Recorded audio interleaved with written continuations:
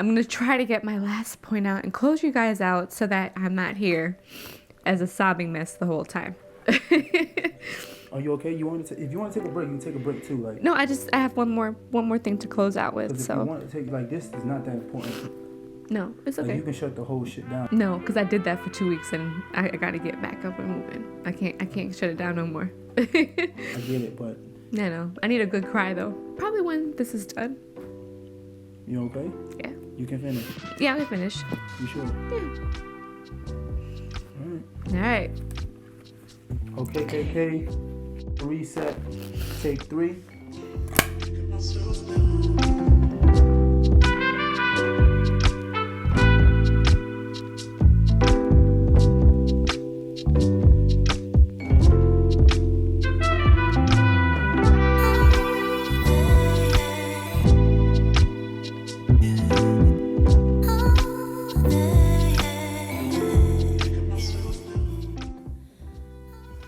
Hey y'all, welcome back to another episode of OKKK. So it's been about 2 weeks. I'm a little behind, but I feel like you might be able to empathize with me and understand. You know, it's funny because I was getting into a groove with OKKK. You know, we were getting episodes out. I was filming content even through the COVID crisis and the pandemic. And then we were struck with the murder of Ahmaud Arbery, followed by Breonna Taylor. And it came to the ultimate head where we watched George Floyd being murdered for 9 minutes on camera. And I knew having to sit down and do this episode was going to be really difficult.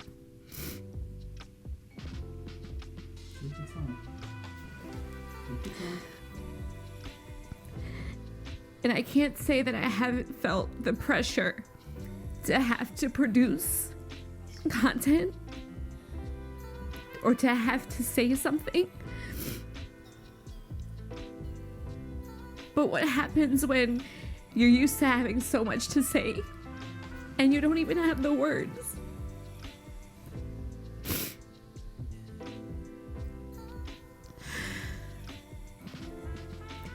We're amidst an uprising, a revolution, something that I read about in history books that I never thought I'd actually be living through now, and living through as a wife to a black man and a mother to 3 black boys. So this is much bigger than me, bigger than us. And as a mother, I worry. As a wife, I worry about my husband, about my sons, my brothers, my family, and my friends. So it's been difficult. And in trying to be an advocate for change, trying to be a presence on social media, trying to check my mental health as well, because that's still a thing too. Even more so than all of that, I felt it most important and most necessary for me to be present in my home. And aside from being the mother and the wife to black men, the sister to black men, I'm a black woman. I think about Sandra Bland, Breonna Taylor. There's so many women who we probably don't even know about, whose names are not even being said, whose names aren't even being spoken. Where do we fall on the totem pole? Who's going to be the voice for the black women that are now voiceless? It's been daunting and exhausting and draining. Having to have conversations with our white counterparts who are so concerned and up in arms about property. What about our lives? So a real concern about wifing while black is taking a ride with your husband to pick up takeout because it's late and it's dark and you just don't want to run the risk of him being potentially pulled over for something routine and something going wrong and him not making it home. So he came to pick up some food for the family tonight because our sister's tired of cooking, child. But I'm gonna tell you no lies. But I just want to come and make sure that he's good. So I'm gonna try to hold it together for y'all for the rest of this episode. I'm not making any promises, but I felt like it was about that time. I've been on a 2-week hiatus trying to just wrap my mind around what's been happening, how to speak out on it, and even more so what I'm actually doing from a grassroots level to make sure that change happens and that my boys and our children can grow up in a world that's better than the one we're in now. And you know, so much changes when you have children. Your perspective on everything, it's completely different, it's completely altered, and there's nothing more nerve-wracking to me than being a mother to 3 young black boys. And it's funny because I think about it sometimes, and of course I thank God for blessing me with Jackson, Cairo, and Kaz, but at the same time I'm like, you gave me 3 black young men knowing how my nerves are bad. I mean, the way I worry, the way my anxiety is set up. But clearly God knew better. He knows best, and he knows that I can handle it. But it's difficult to think about raising 3 black young men in a world, in a country where they're hunted and preyed on systemically before they can even grasp the concept of what that means. We're playing PlayStation. Yep. Well, actually, Jackson's playing PlayStation. This is the one thing that I can't get into. Are you going to teach me how to play PlayStation one day? Possibly. I'm doing my career. Oh, your career? What does that mean? That means that you get to create your own player. Okay. And then you have to go through college. And Mm-hmm. then when you get to the draft combine, Mm-hmm. you unlock every team who wants you. I went to every team wanted me. Oh, cool. So and then you get to pick 3 teams that you get to try out for. Oh, so you have to actually go to college before you play in a virtual basketball game. No, you play games in college too. Oh, you play college games and then you go to the NBA potentially. Do they check your GPA? Yeah, my players are there. Oh, okay. And your player had on a Black Lives Matter jersey, sweatsuit? Black Lives Matter shirt. All right. So you're done with 3rd grade, bro? How's it feel? Feels good. How was homeschooling for the last 3 months? Why would you do that? We were home. Is there a particular... Do you see what happens when you have boys? You just have stuff flying. Back when I changed Pampers for y'all, still Kaz, I have to dodge pee. Now I'm dodging flying objects throughout the entire house. So we... Yeah, back to homeschooling. We did it, bro. It was 3 months. Yeah, we came out of school March and we ended June. Yesterday. Mm-hmm. Yesterday, last day of school. How do you feel? I feel free. He feels free until mommy starts to put into place summer reading program, preparing for the 4th grade, right? But I'll let you rock out. It's been a mentally draining past 3 months. Would you say? This summer feels weird because I haven't done summer in a long time. I know. Now I have to admit, I've had to shut down a little bit. I've had to turn my phone off. I've had to stay off social media. I've had to turn off the news sometimes because having to see the images and the videos, that imagery takes a toll on you. It's taken a toll on me.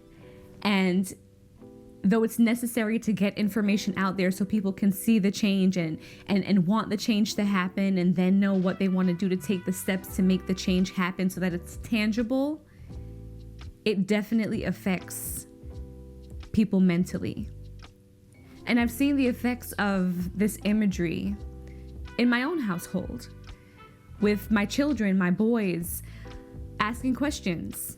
Jackson, who's old enough now, he's 9. He understands that things are going on in this world that are bigger than him, that he may not understand, and that's when the questions start coming.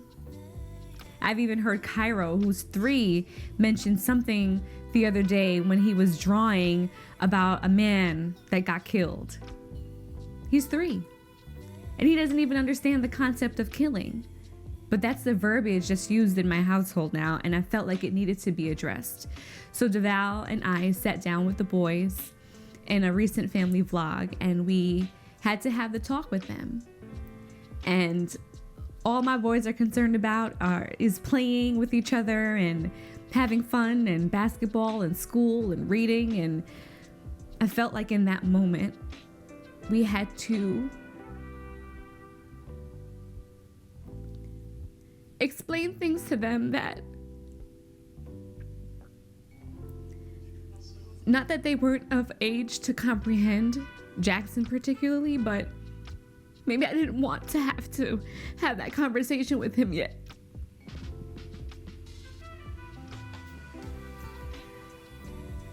But we're forced to have to. And unfortunately, it meant having to strip him of a little of that innocence that he still has. But it was because with everything happening right now, he needed to know. And one thing Deval and I agree upon as parents is being transparent with our children and letting them know exactly what's happening around them so they can be equipped with the understanding at least. And that was probably one of the most difficult conversations we've ever had to have in this household, because I saw firsthand how it affected them. Look at your face.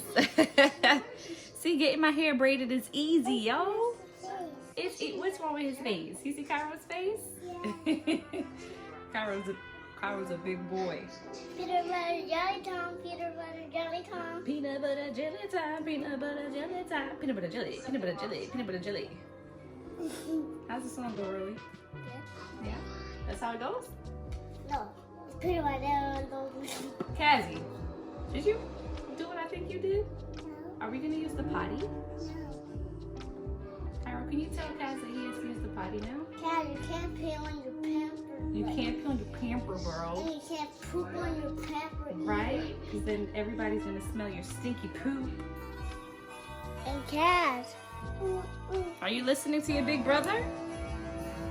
Huh? Oh, it's a small brother. Your small brother?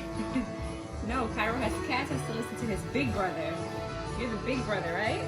So I saw a meme the other day while scrolling on Instagram, and it was a quote that said, "Love a black man so hard that he forgets that there's a world out there that hates him so much."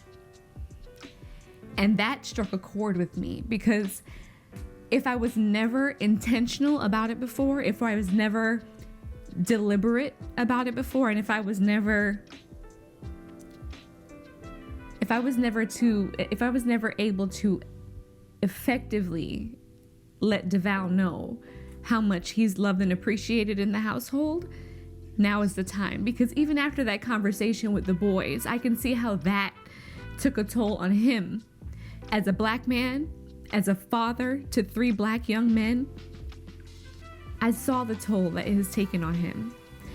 And I see what this time has activated in Deval.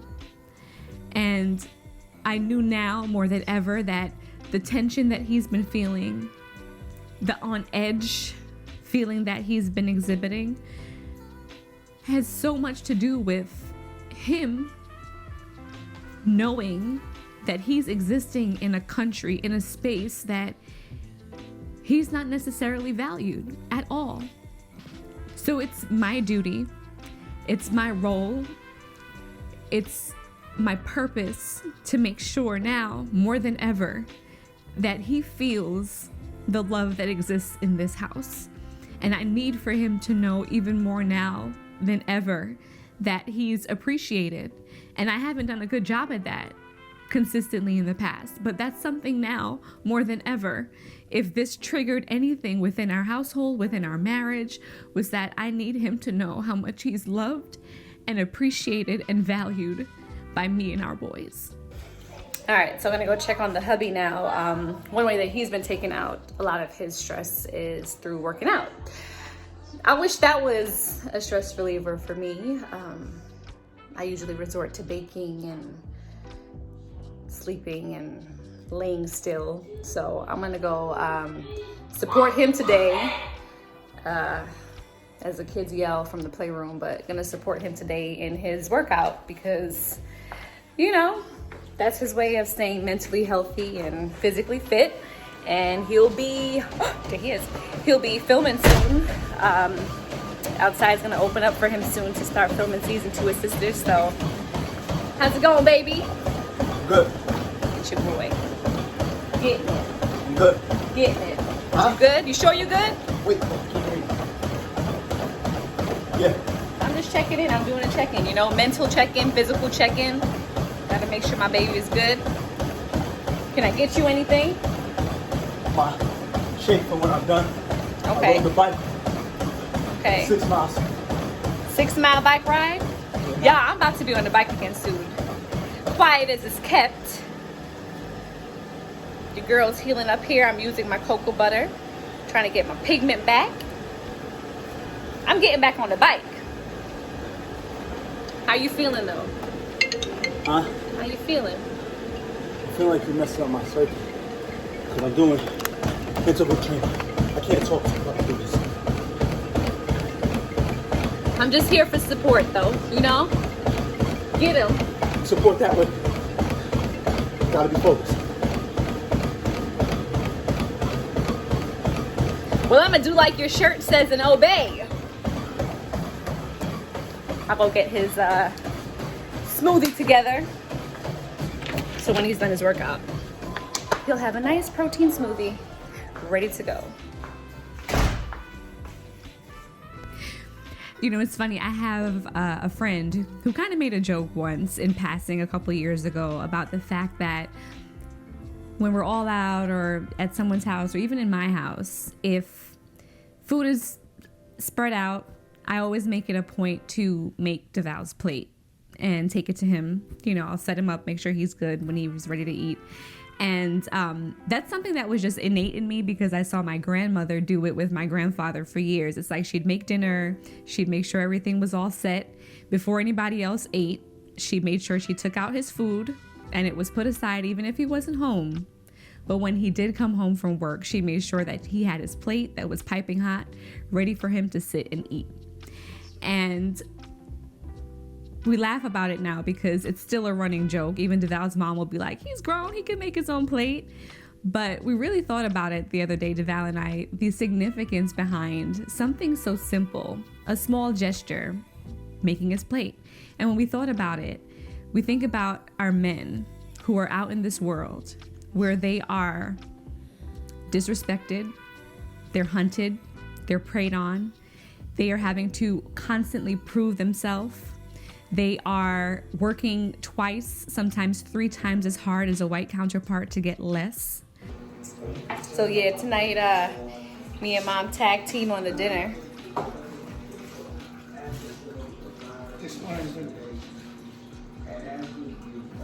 What's up? What's up? My So mother-in-law blessed me yeah, with some stewed fish. brown stew fish.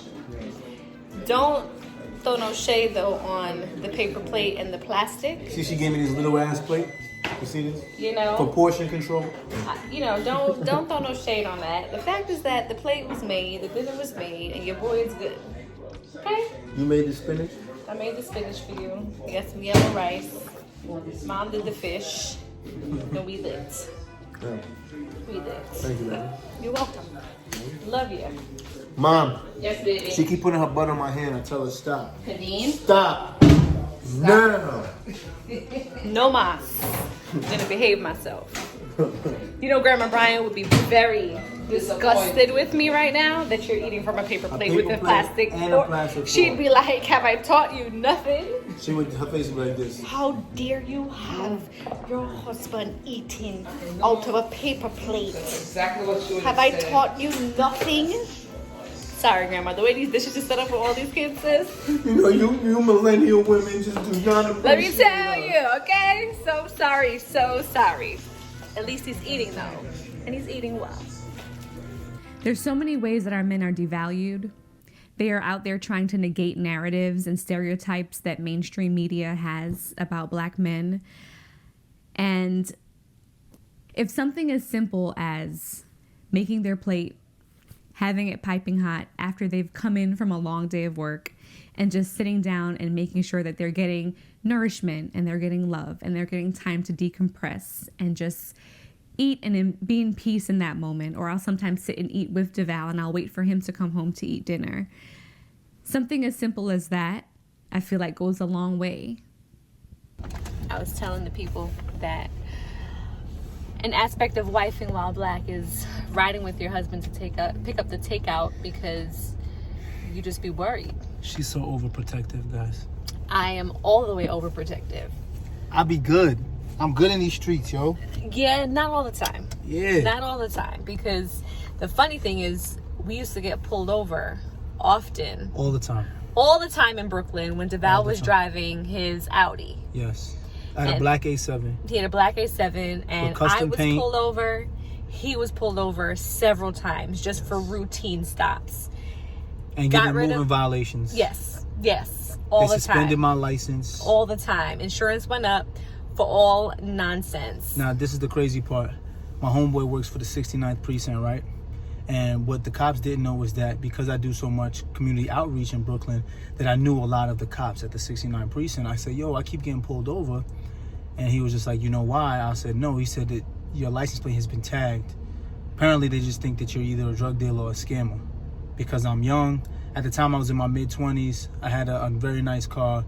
And they figured that I must have gotten illegally. So they were pulling me over, getting moving violations till they suspended my license. So then if I drive with my license suspended, they give them reason to arrest me. So I found out why I kept getting pulled over, which is crazy because I used to drive the same route every single day from Canarsie to Crown Heights where we lived. So I found out what the truth was. Yep. And it pissed me off, like royally. I fit the description, which is what you hear all the time, but that's what they say. I fit the description. Absolutely. Young black and when you man got with a rid nice of car. the Audi and we got an MDX, the family car. The family car. We got the family car and never got pulled Never over got in the pulled family over. car. Ever. Not once. You know, all of a sudden everybody was perfect driving record. There was no Profiling nothing. is real. Yeah, it's a real thing. Profiling is real. It's a real thing. Look at my driving record and tell me profiling ain't real. Just look at my driving record. Same person driving. Depending on the car that I'm driving in, shows you how many times I get pulled over and how many moving violations I get. Yep. And when I mean moving violations, I mean failing to signal a lane change in Brooklyn, failing to signal a turn. When we used to have to circle for parking for like 30 minutes to an hour because there was just no parking where we used to live. Like, it was crazy how many times he's been stopped and frisked just trying to walk home from parking the car 2 blocks away. I grew up in the stop and frisk era, but I got stop and frisked as a grown man. And then people want to say things like systematic racism doesn't exist. It's a myth. Lies. All the when lies. we were in Crown Heights and all these white people started moving in, you see the people they stop. All the people they stop look just like me and my kids that I mentor. Serious. Absolutely. So that's why I'm driving Mr. Ellis. I get it. Right? I get it. There's But none the of food this, is the food is getting hot cold. and Yeah, true. My bad. I just had to let him know. It's not being overprotective. I just feel like if there's anything going down, I want to be there. I got Because you. I don't got time for that. I got you. And they say situations be happening closest to home, and I don't got time for that. I got you. And I love you. And I love you too. So needless to say, it's been an exhausting few weeks in this household, but sometimes it's a little bit of TLC, a little bit of time together, a little bit of bending the rules. So if that means that all 5 of us are in the bed together just because I want to have the boys close, or if it means that there's going to be a late night sweet treat, whether it's ice cream or cake that has to be made to make everyone feel a little bit better, I'm able to help bend the rules because, again, I'm creating a space for my husband and my sons to feel loved and feel safe. Those are some cool goggles. Who bought those for you? Auntie Sakari. Actually, no, that was mommy. Well, that was I know Auntie Sakari buys you cool stuff, but that was mommy. Give me my cool points. I'm gonna throw you over my shoulders, all right? Oh. You ready? Oh. 1, 2, 3. Oh! That's a suplex. That's a suplex. You saw that? Yeah, that's a suplex. You like that, Wowie? Yeah. You're It's flying. a suplex. Throw me over there. Throw you over there? I throw you like Michael Jordan. You ready? You gotta do the Michael Jordan in the air. You ready? Ready? 1, 2, 3.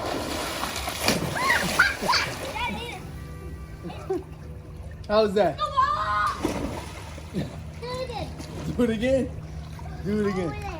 So a couple of years back, DeVal and I were featured on a show on OWN called Black Love, produced by our good friend Cody Oliver.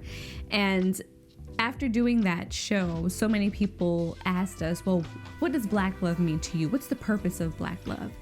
And the biggest thing that the point we try to drive home to people was that for so long, systemically, Black men and women have been made to be divided by taking the Black man out of the household, mass incarceration. There have been so many different ways that the Black family has been forced to be divided. So it was important for us, and it's still important for us, even through our vlogs that we've been doing for the past 3 years, doing the show Black Love and continuing to display the Black family unit. It's important for us to show that this is a whole system of reciprocity. So where I take care of DeVal takes care of me. And sometimes people will joke on him and say that he's a sucker for, doting over his wife and things like that. But it really shows you that he's taking care of me. I'm taking care of him. We're taking care of our kids together. And if there's ever a lapse where someone needs a little more TLC than the other, we know that it's a thing that's necessary, and we go out of our way to make it happen. So I heard something before that is so perfect, and it makes so much sense for DeVal and I, particularly in our house. And it's, I take care of you and you take care of us. And that can't ring any truer in our household, because I try to provide a home life for DeVal and for the boys where he's comfortable. He knows that he can let go of the weight of the world. He can also then strategize and figure out a way that he's going to continue to build a legacy for ourselves and for our sons. And it's very vital to have this family unit and this inner working where we're taking care of each other. If there's ever someone that needs a little bit of uplifting or needs a little bit of TLC, we're providing that in that moment, because we know that there's a bigger picture here. It's not just about the individual.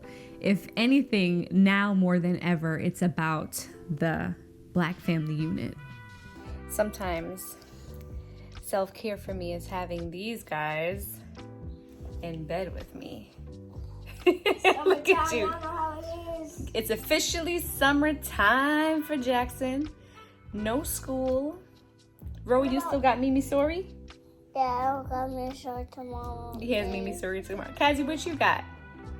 You about to have Mommy Sorry. But I love you guys, and sometimes I just want you guys to be in my bed so that you're close to me, so we can cuddle and we can snuggle together. Do you think Daddy's gonna approve? I don't think so.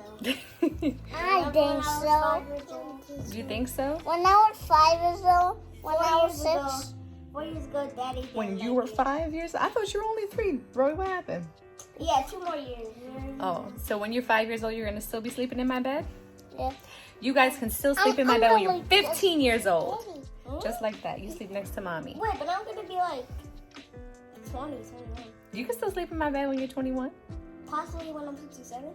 When you're 67. I'm gonna be 65. When you're 67, that means I'm gonna be pushing 100. It's all good. 67 because I don't want to Because I want to do. You don't know what you're talking about. I don't know what you're talking about. I don't know about your talent, so get your fast steak. Okay, got you. All right, well, what are we watching tonight?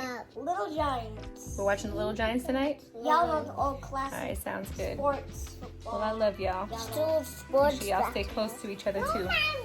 No, Mommy. No. Stay close. Even closer. Even closer. Even closer. Even closer. Mwah, mwah, mwah. Love you guys. Love you too. Love you. How much do you love me? To the end. To the Earth to Saturn and back. Or just the Saturn? Where's the farthest planet, though? Neptune? Isn't it Pluto? Earth to Pluto and back. All right, that works. I love you, boysies. Give me a kiss. Mommy will always do that to me. Aww. Mommy's always going to be there for you, right? You're going to give me a kiss? I love you. Love you, Mommy. All right, so in the meantime, I'm going to go find Daddy. Y'all can hide out here, and I'll let him know that we're having a sleepover. Yeah? Peace.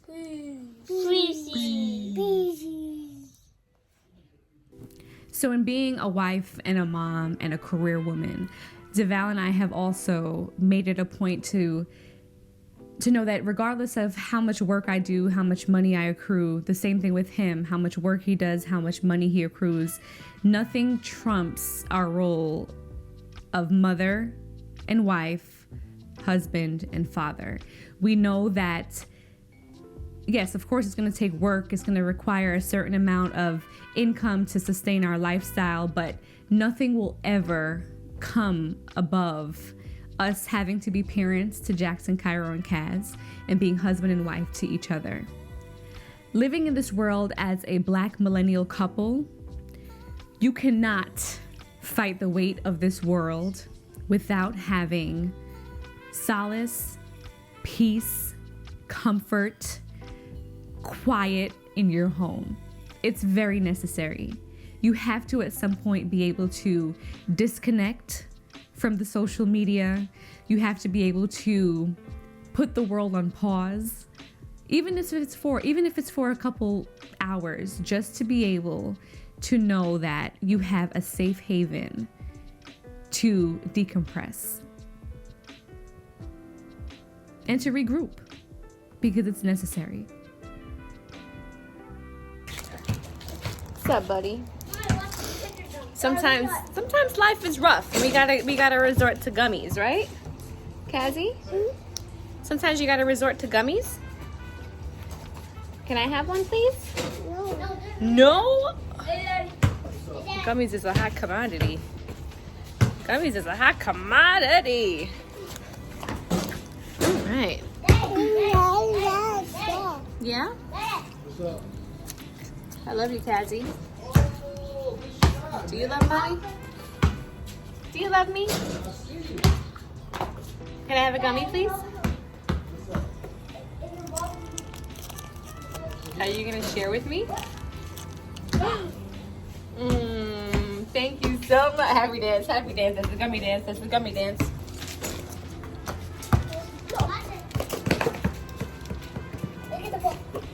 That's all I want. Is for them to be happy. Playing basketball, eating gummies. Right, Cassie? That's all we want. Yes. You love me? Yeah. You love me, guys? Yep. You promise? You love me too? I want to eat gummies. Come and give me kisses, Cairo. I just want. I love you. Yeah. You love me? Yeah. Love you too, buddy. Bring it in, Jackson. Bring it in. I'm having a moment. Bring it in. You love me? Yeah. I love you guys. You know that? Yep. All And right. strap is your All ball. right. Go back to playing ball. Good. And eating those gummies. I've seen another quote. I'm just like a fountain of quotes right now because I've been doing a lot of like reading and researching and just random things lately, just trying to educate myself on so many different things. And it was something dealing with parenting, and it says that the days are long and the years are short. And that really hit me, especially after Jackson's 9th birthday this year. And he said to me, Mom, this is like half of my life as a kid with you guys. And like my other half, after that, I'm going to be an adult and I'll be on my own. And I was like, no, you ain't. No, you ain't. You ain't ever going to be on your own. But moments like this, the times that we're in like this, I just need to make it my business for my boys to know that home, that Deval and I, and of course their, immediate surrounding families, this place is a place of infinite love, affection, comfort, nurturing, support. This is where they're going to get it, because I can't guarantee right now that they're going to exist in a world or in a space where people are going to treat them fairly, that they'll be loved for who they are and not the color of their skin. These are guarantees that I cannot make to my children right now. So I have to make sure that my kids know, I need for them to know that Mom and Dad, home, we have you. Like we got you right here. And we're gonna do everything in our power to make sure that their future is better. And I feel like the time is now. So while people may be worried about posting on social media, who's speaking the loudest on social media, who's posting the most, we're trying to do the work here. Because this is just the beginning. This is not a sprint by any means. This is a marathon. A marathon where we're trying to get and create a better life and a better world for our children. So thank you for watching. I don't know if you cried with me. If you didn't, next time I'll have some Kleenex here for everybody. But I appreciate you guys watching. This was a very necessary episode that I know had to happen. I'm sorry for the delay, but it was really a matter of me trying to find a way to express myself that made sense and that was digestible for you and that was easy for me to convey. And I hope this, if anything, gave you a little bit of hope, made your heart feel a little bit warm to see a Black family unit who loves on each other, who loves on other people, and will always promote love over hate. Thank y'all for watching, and I'll see you on the next episode of OKKK, which is going to come sooner than later, I promise.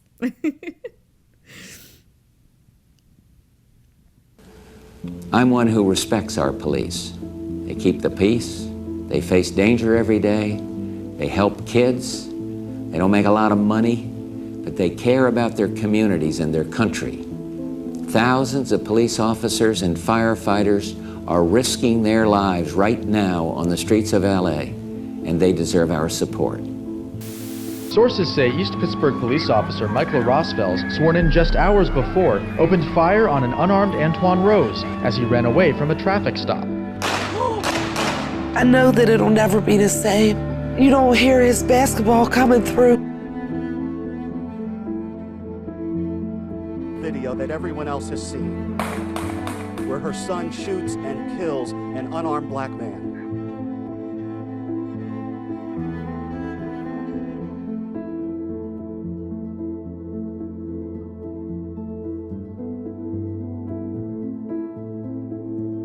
Officers move in to arrest him. One of them puts his forearm around Garner's neck. More police join in, pinning him to the ground as he cries out.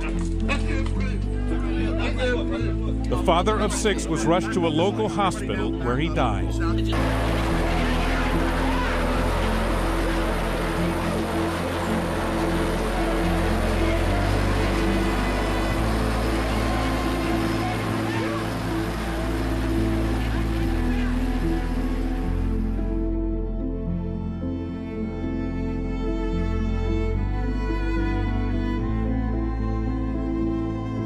License to carry.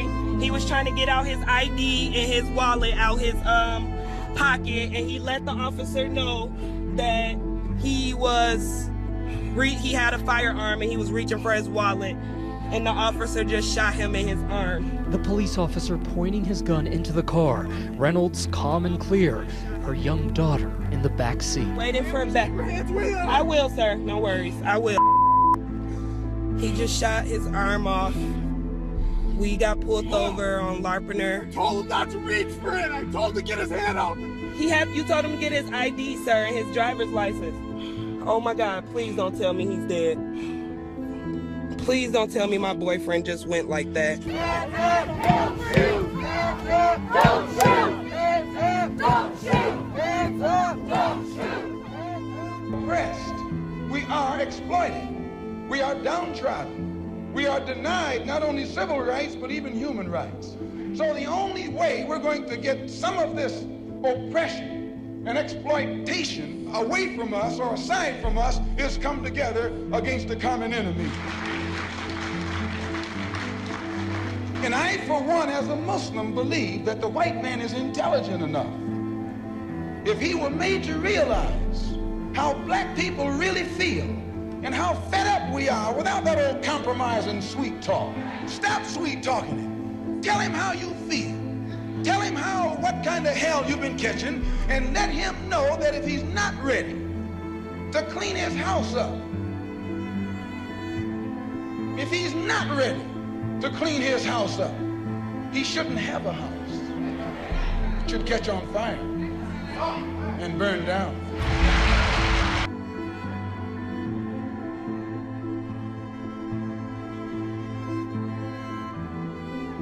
KKK Fighting Racism episode. It's a wrap. Bruh.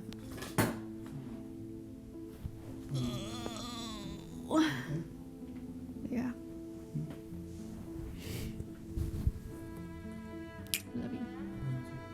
Love you, black man.